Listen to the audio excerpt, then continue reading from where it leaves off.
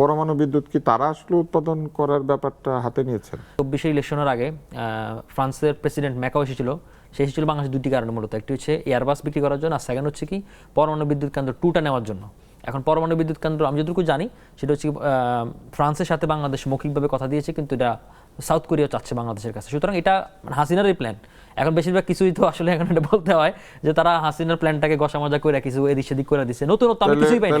এবার শুধু তাই না, আমি আপনাকে বলি না, ওটা আমি বলতেছি না যে হাসিনাকে আমি ডিফেন্ড করতেছি না বা হাসিনাকে স্টাবলিশ করতে যাচ্ছি না, আমরা কিছুই ডিফেন্ড করছি না, কিন্তু আমি মানে ওদের জানতে চেয়েছি আমি তথ্যের খাতিরে এটা বললাম। পরমাণুটা ভালো ছিল না, না ভালো এখন ধরেন হাসিনার আমলে কিন্তু উন্নয়ন নিয়ে কিন্তু আমরা প্রশ্ন তুলি না, আমরা প্রশ্ন হচ্ছে অন্য জায়গায়।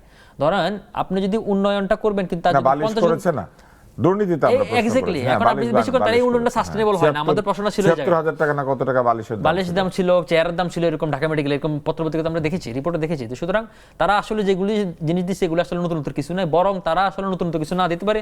বিএনপি একটা ফ্যামিলি কার্ড দিয়েছে, এখন এটা নিয়ে ওদের সাথে গাঁট দেওয়া হচ্ছে। আপনি দেখেন তারা কিন্তু গতবার বলছে তোর রাখ তোর ফ্যামিলি কার্ড, মানে এই ধরনের ল্যাঙ্গুয়েজ তারা ইউজ করতেছে। মানে আমি হিসেব বুঝতে পারতেছি না যে বিএনপির ফ্যামিলি কার্ডটাও যে খুব বেশি আহামরি কিছু না, কিন্তু এটা এক ফ্যামিলি কার্ড দিয়ে ওরা আসলে শুয়ে পড়ছে। এখন লাস্ট মোমেন্টে ওই এটা ঠাকুর যেটা বলছিলেন যে চ্যাট জিপিটি দিলে আরো বেশি ভালো লিখতে পারতো, আমার কাছে তাই মনে হচ্ছে। ধরেন আপনি যদি ক্লাস 10-এর একটা ছেলেকে জানিয়ে বলেন যে তুমি কি কি চাও, কেমন বাংলাদেশ দেখতে চাও, সে আরো খুব সুন্দর সুন্দর রচনা লিখতে পারবে।